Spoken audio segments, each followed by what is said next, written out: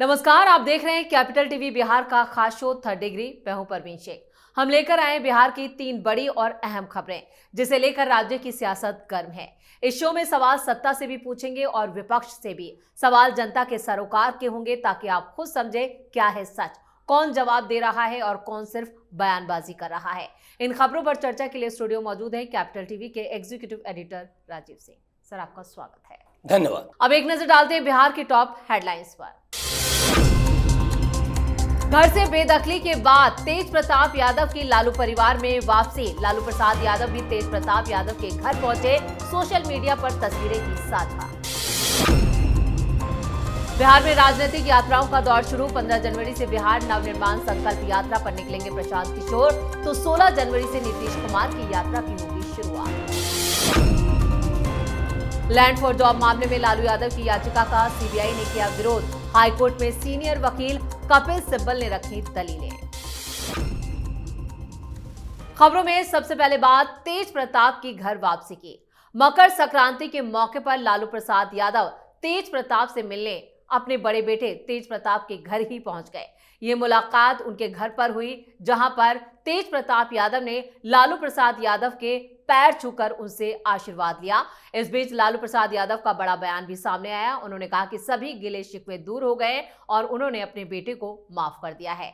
इससे पहले तेज प्रताप यादव राबड़ी आवास पहुंचे थे एक दिन पहले ही, और उन्होंने दही भोज का आमंत्रण पूरे परिवार को दिया था, जिसमें तेजस्वी यादव से भी उन्होंने मुलाकात की थी। साथ ही साथ इससे पहले दोनों की जो मुलाकात थी वो दिल्ली के राउज एवेन्यू कोर्ट में हुई थी, जहां दोनों की रिश्तों में दूरियां साफ साफ नजर आई थी। लेकिन अब दही चूड़ा के मौके पर पूरा परिवार एकजुट नजर आ रहा है।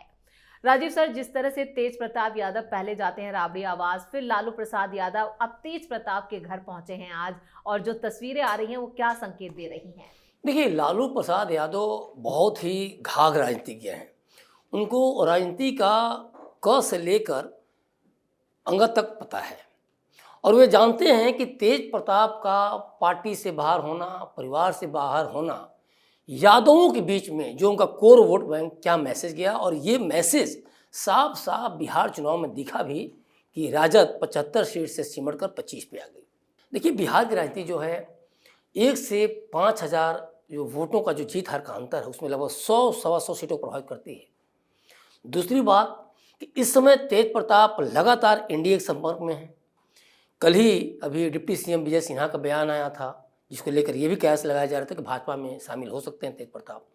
इसके अलावा लगातार तेजस्वी को लेकर जो परिवार के अंदर जो मतभेद था, वो भी कहीं ना कहीं राजद की राजनीति को खत्म कर रहा था। दूसरी चीज़ बड़ी बात है, राजद का वोट अगर बढ़ता है, चाहे वो यादवों के माध्यम से बटे चाहे मुस्लिमों के माध्यम से, तो इसमें सिर्फ और सिर्फ लालू की राजनीतिक विरासत का ही खात्मा होता है। ये भी लालू को एहसास है, और इसीलिए लालू यादव सीधे तेज प्रताप के घर पहुंच गए, आशीर्वाद भी दे रहे हैं, और वो ये भी कह रहे हैं कि बेटे से कोई नाराजगी नहीं। और ये कह के देखिए, साफ साफ ये है, आने वाले समय में कहीं ना कहीं तेज प्रताप को राजद में वापसी के संकेत दिए जा रहे हैं, क्योंकि सब कुछ लालू को ही करना है। और ये इसमें बड़ी नाराजगी देखा जाए तो तेजस्वी की आ सकती है, क्योंकि बीच में देखिए तेजस्वी को लेके काफ़ी कुछ आने लगा था, पूरा पावर उनकी तरफ शिफ्ट हो गया है, पत्नी को लेकर तमाम तरह की सारी चीज़ें। तो ओवरऑल ये फिर से जो वापसी की तरफ देखा जाए तो यही संकेत दे रहा है कि तेज प्रताप कहीं बड़ा नुकसान न कर जाए, और इसलिए फिर से वे राजद में आ जाए तो ज़्यादा बेहतर है। जी, खबरों में अब बात बिहार में चलने वाली यात्राओं की। चुनावी रणनीतिकार और जन स्वराज के संस्थापक प्रशांत किशोर 15 जनवरी से बिहार में संकल्प यात्रा की शुरुआत कर रहे हैं। इस यात्रा का मकसद जिन महिलाओं को 10-10 हजार रुपए नीतीश सरकार ने दिए, उनको 2-2 लाख रुपए दिलवाना है। ऐसे में माना जा रहा है कि इस यात्रा का सीधा असर एनडीए सरकार पर भी पड़ सकता है। वहीं पीके की यात्रा के अगले ही दिन यानी 16 जनवरी से बिहार के मुख्यमंत्री नीतीश कुमार की समृद्धि यात्रा की शुरुआत भी होगी, जिसका मुख्य मकसद राज्य सरकार की महत्वपूर्ण कल्याणकारी योजनाओं और हाल में घोषित 7 निश्चय योजना के कामों की जमीनी समीक्षा करना है। सीएम जिलों में जाकर परियोजनाओं का निरीक्षण करेंगे, साथ ही नई योजनाओं का शिलान्यास और उद्घाटन भी करने वाले हैं। राजीव सर, जिस तरह से पहले पीके और फिर नीतीश कुमार की जो यात्राएं शुरू होने वाली हैं, तो क्या अब बिहार में यात्राओं की राजनीति होगी? देखिए, पहले पीके नहीं, पहले नीतीश कुमार, उसके बाद पीके। अनाउंसमेंट इन्होंने बाद में किया पीके ने। यात्रा का डेट बिल्कुल सही है कि 15 को पीके जाएंगे, इसके बाद नीतीश कुमार 16 को अपना समृद्धि यात्रा निकाल रहे हैं।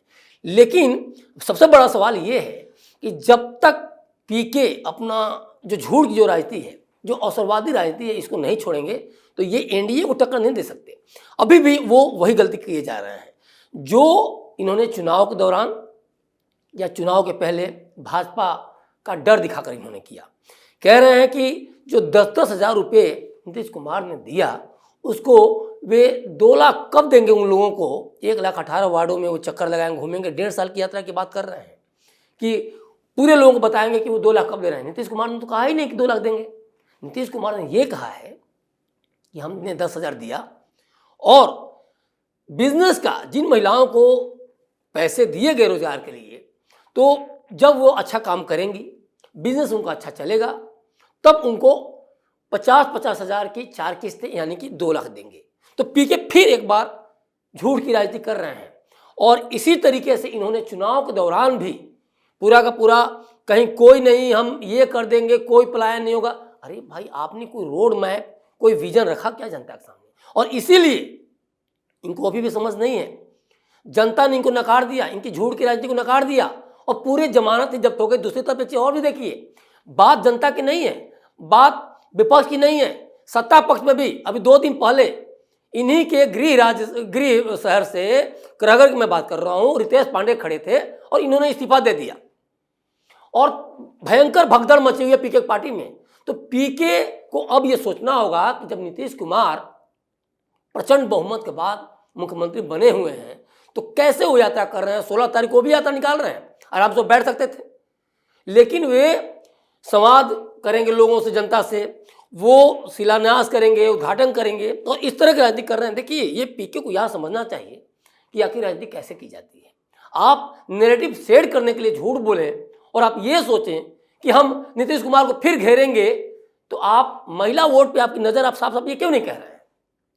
आप भाजपा के संगठन के आधार पर अगर अपने संगठन को मजबूत कर रहे हैं, तो ये ब्लेम करने की क्या जरूरत है?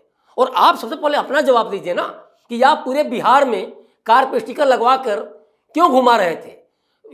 यही तो आरोप लग रहा था आपके ऊपर कि आपने सबसे ज़्यादा पैसे खर्च किए चुनाव में, होटलों में, महंगे महंगे होटलों में महीनों महीनों आपके कार्यकर्ता रुके, आपके नेता रुके, और आप स्टिकर, छोटे छोटे स्टिकर 5,000 रुपये लिए, 15,000 रुपये लिए, ये सब आरोप पीके के ऊपर लगे हैं।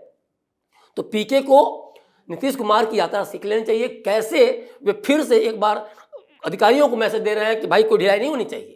कैसे वो जिनके ऊपर आरोप लगता है कि अस्वस्थ हैं, यात्रा तक बातें, कैसे बड़ी बड़ी यात्राएं कर रहे हैं, और कैसे फिर से मुख्यमंत्री रहते हुए भी फिर से एक जनता से सरोकार करके, कैसे संवाद करके बिहार को आगे ले जाने की कोशिश कर रहे हैं। जी, खबरों में आगे का रुख करते हैं। सीबीआई ने जमीन के बदले नौकरी घोटाले में लालू प्रसाद यादव पर दर्ज एफआईआर और चार्जशीट को रद्द करने की मांग वाली याचिका का दिल्ली हाईकोर्ट में विरोध किया है।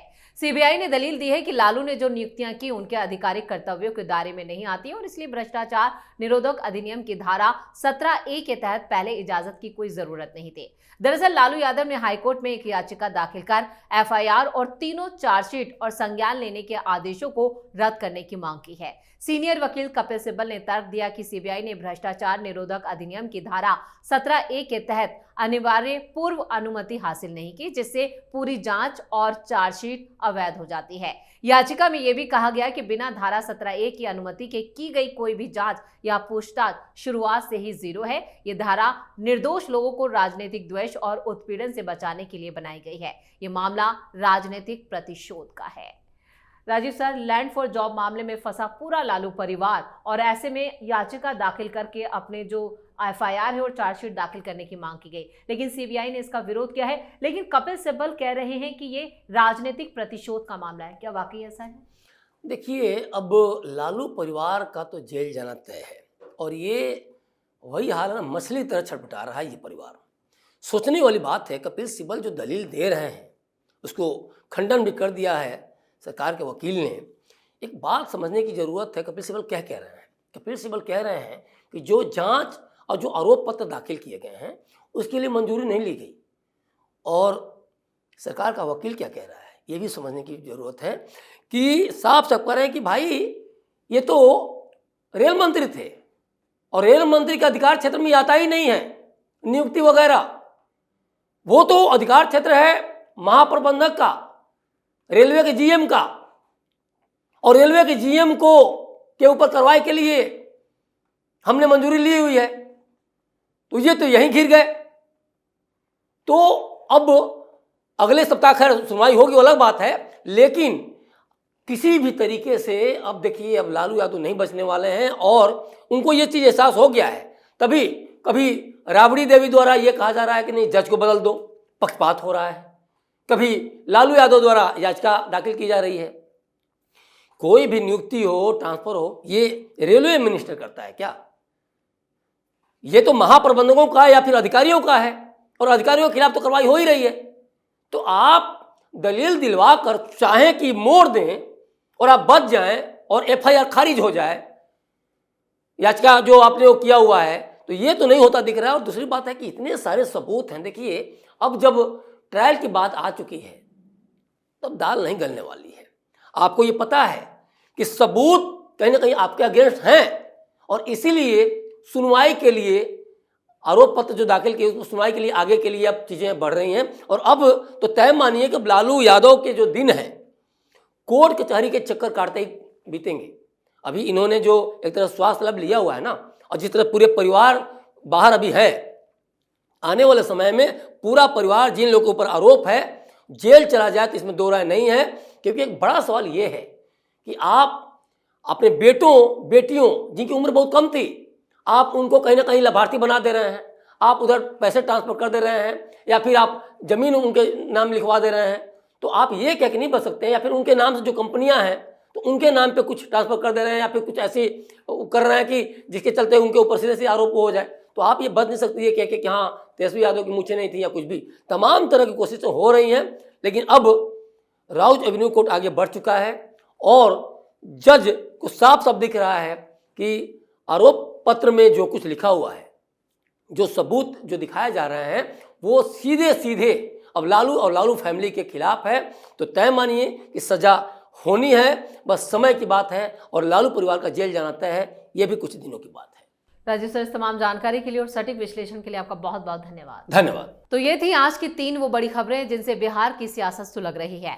सत्ता पक्ष के अपने दावे हैं, विपक्ष के अपने आरोप हैं, जिसे हमने बिना किसी दबाव के, बिना किसी पक्षपात के आपके सामने रखा। अगर आपको लगता है कि बिहार की राजनीति और प्रशासन पर ऐसी ही बेबाक चर्चा जरूरी है तो देखते रहिए बिहार कैपिटल टीवी। वीडियो को लाइक करें, शेयर करें और कैपिटल टीवी को सब्सक्राइब जरूर करें। धन्यवाद।